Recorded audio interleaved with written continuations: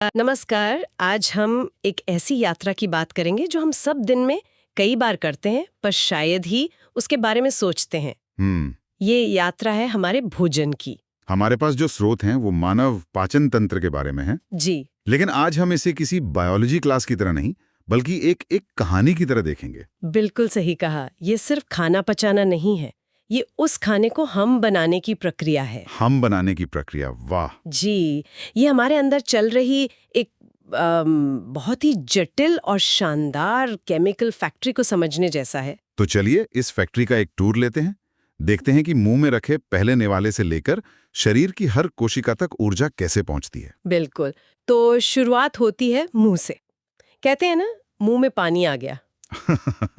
मैं हमेशा सोचती थी कि ये बस एक मुहावरा है। नहीं, ये मुहावरे से कहीं ज्यादा है।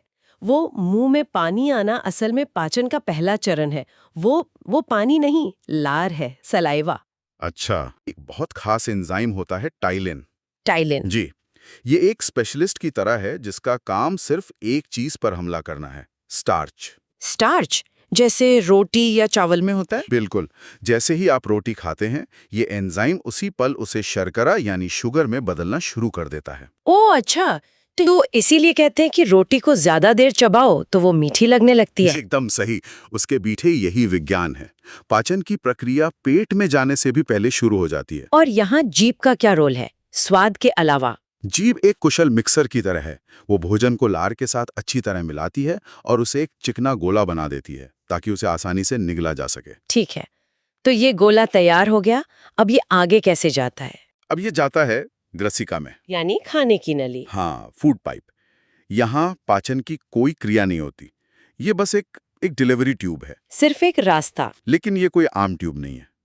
इसकी दीवारें मांसपेशियों से बनी होती हैं जो एक लहर की तरह सिकुड़ती और फैलती हैं। एक लहर की तरह। जी, जिसे क्रमाकुंचन कहते हैं।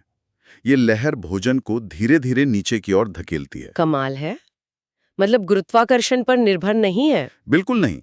आप उल्टे लटक कर भी खाएंगे तो भी भोजन पेट तक पहुंच जाएगा। वाह, तो ये एक तरह का ऑटोमेटिक कन्वेयर बेल्ट है। एक तरह से हाँ। ठीक है, तो इस कन्वेयर बेल्ट से उतरकर भोजन पहुंचता है अपनी अगली मंजिल पर, आमाशय यानी पेट। जी यहाँ तो असली एक्शन शुरू होता होगा। मैंने सुना है कि ये एक एसिड से भरा थैला है। हाँ, अब हम इस फैक्ट्री के सबसे आप कह सकते हैं खतरनाक विभाग में आ गए हैं। खतरनाक? पेट एक जे आकार का थैला है जहां खाना लगभग 4 घंटे तक रहता है और यहाँ की दीवारों से निकलता है जठर रस, जठर रस। जिसमें 3 मुख्य खिलाड़ी हैं। पहला और सबसे शक्तिशाली है हाइड्रोक्लोरिक एसिड, HCl। एक मिनट, हाइड्रोक्लोरिक एसिड, ये तो वही एसिड है जो लैब में इस्तेमाल होता है? जी हाँ, बिल्कुल। वही? पर ये हमारे पेट के अंदर क्या कर रहा है? ये बहुत शक्तिशाली अम्ल है। इसके 2 मुख्य काम हैं। पहला, भोजन के साथ आए अनचाहे मेहमानों मतलब बैक्टीरिया और दूसरे कीटाणुओं को खत्म करना। एक तरह का सैनिटाइजर। बिल्कुल, शरीर का पहला सुरक्षा कवच। और दूसरा, ये पेट के माहौल को अम्लीय बनाता है जो दूसरे एंजाइम के काम करने के लिए जरूरी है। पर अगर ये इतना शक्तिशाली है तो ये हमारे पेट को ही क्यों नहीं जला देता? बहुत अच्छा सवाल है। पेट की अंदरूनी दीवारें एक मोटी, चिकनी बलगम यानी म्यूकस की परत से ढकी होती हैं। अच्छा। ये परत एक ढाल की तरह काम करती है और इस एसिड को दीवारों तक पहुंचने ही नहीं देती। समझ गई, एक सेल्फ प्रोटेक्टिंग सिस्टम है। जी। तो दूसरा खिलाड़ी कौन है? दूसरा खिलाड़ी है एक एंजाइम, पेप्सिन। पेप्सिन। ये एक प्रोटीन विशेषज्ञ है, लेकिन ये तभी काम करता है जब माहौल अम्लीय हो। HCl इसके लिए स्टेज तैयार करता है। और फिर पेप्सिन क्या करता है? ये प्रोटीन के लंबे धागों को छोटे छोटे टुकड़ों में तोड़ देता है जिन्हें पेप्टोन्स कहते हैं। ठीक है, और तीसरा नाम था? रेनिन। जी, रेनिन। ये एक खास एंजाइम है जो मुख्य रूप से बच्चों में ज्यादा सक्रिय होता है। इसका काम है दूध को पचाना। दूध को? कैसे? ये दूध में मौजूद प्रोटीन केसीन को दही की तरह फाड़ देता है। इससे दूध पेट में ज्यादा देर रुकता है और पेप्सिन को उस पर काम करने का समय मिल जाता है। दिलचस्प है। तो 4 घंटे की इस एसिडिक मिक्सिंग के बाद भोजन का क्या रूप होता है? इन सब क्रियाओं के बाद भोजन एक गाढ़ी लेई या पेस्ट जैसा बन जाता है। इसे कहते हैं कायम। कायम। जी, ये एक तरह का हाई न्यूट्रिशन स्मूदी है जो अब पाचन के अगले चरण के लिए तैयार है। और वो अगला चरण कहाँ होता है? ये कायम पेट से निकलकर छोटी छोटी मात्रा में छोटी आंत के पहले हिस्से में जाता है, जिसे ग्रहिणी या ड्यूओडेनम कहते हैं। ग्रहिणी।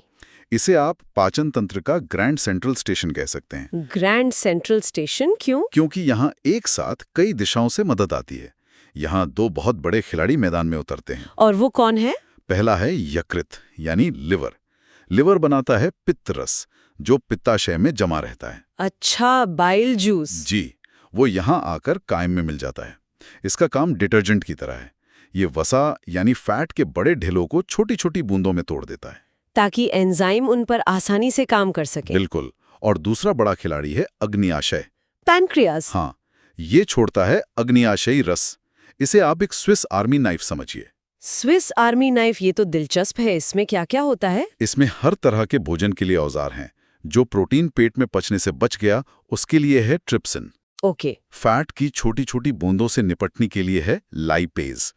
ये उन्हें वसीय अम्ल और ग्लिसरॉल में तोड़ देता है। और कार्बोहाइड्रेट्स? जो कार्बोहाइड्रेट्स मुंह में पचने से बच गए थे, उनके लिए है एमाइलोप्सिन। मतलब ये एक साथ तीनों मोर्चों पर काम करता है। जी हाँ, इसीलिए ये पाचन तंत्र का पावर हाउस है। तो गृहिणी में प्रोटीन, फैट और कार्बोहाइड्रेट तीनों का पाचन एक साथ होता है। इसके बाद भोजन छोटी आंत के मुख्य और सबसे लंबे हिस्से में पहुंचता है, जिसे शेषांत्र या आइलियम कहते हैं। शेषांत्र। हाँ, यहाँ पाचन की प्रक्रिया अपने अंतिम चरण में पहुंचती है।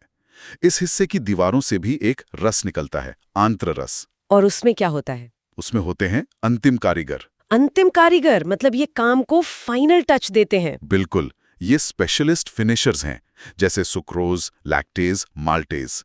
ये अलग अलग तरह की शर्कराओं को उनके सबसे सरल रूप यानी ग्लूकोज में बदल देते हैं। ग्लूकोज, जो शरीर को तुरंत ऊर्जा देता है। सही। और एक और एंजाइम है इरेप्सिन।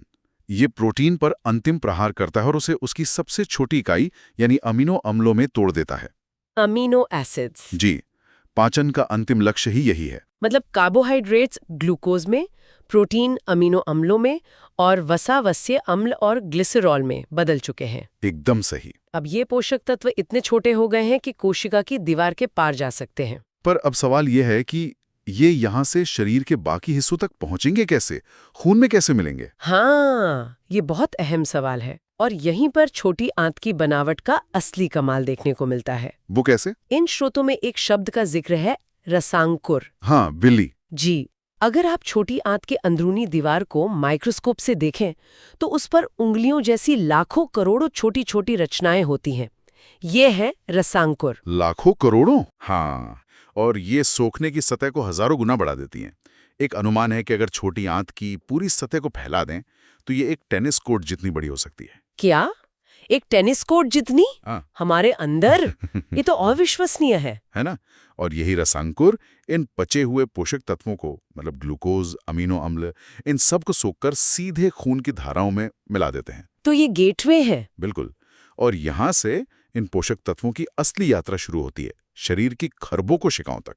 और इसी प्रक्रिया को शायद स्वांगीकरण कहते हैं, एसिमिलेशन। जी, इसे ऐसे समझिए कि पाचन ने घर बनाने का सारा सामान, ईंटें, सीमेंट, ईंधन, आपके दरवाजे तक पहुंचा दिया है। ठीक है। स्वांगीकरण वो प्रक्रिया है जब आपके शरीर की कोशिकाएं इस सामान को उठाकर सच में दीवारें बनाने लगती हैं, मरम्मत करने लगती हैं और घर में बल्ब जलाने लगती हैं। वाह, ये तो बहुत अच्छा उदाहरण है। खून के जरिए पहुंचे अमीनो अम्लों से नए प्रोटीन बनते हैं, मतलब बाल, मांसपेशियां, त्वचा। ग्लूकोज कोशिकाओं में जाकर ऊर्जा देता है। भोजन का हर हिस्सा तो नहीं पचता, जैसे फाइबर। उस बिना पचे भोजन का क्या होता है? जो भी भोजन पच नहीं पाता वो छोटी आंत से आगे बढ़कर बड़ी आंत में चला जाता है, लार्ज इंटेस्टाइन। जी, यहाँ कोई पाचन नहीं होता। इसे आप इस फैक्ट्री का वाटर रिसाइकलिंग और वेस्ट मैनेजमेंट प्लांट कह सकते हैं। Water recycling? हाँ, इसका मुख्य काम है उस बिना पचे भोजन में से ज्यादा पानी और कुछ जरूरी लवणों को वापस सोख लेना। ये भी बहुत जरूरी काम लगता है। बहुत ज्यादा।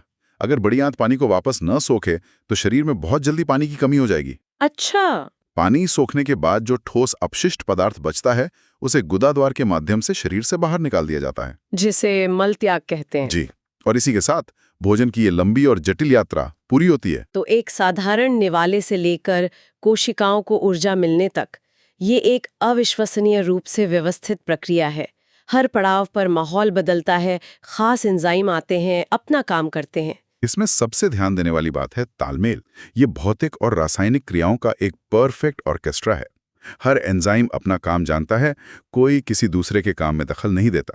एक अविश्वसनीय रूप से कुशल असेंबली लाइन जो अरबों सालों के विकास का नतीजा है। बिल्कुल। जाते जाते सुनने वालों के लिए एक विचार छोड़ते हैं। जरूर। हमने अभी बात की कि पेट का हाइड्रोक्लोरिक एसिड भोजन के साथ आए जीवाणुओं को मारने के लिए कितना जरूरी है ना? हाँ, एक प्राचीन सुरक्षा तंत्र। जी।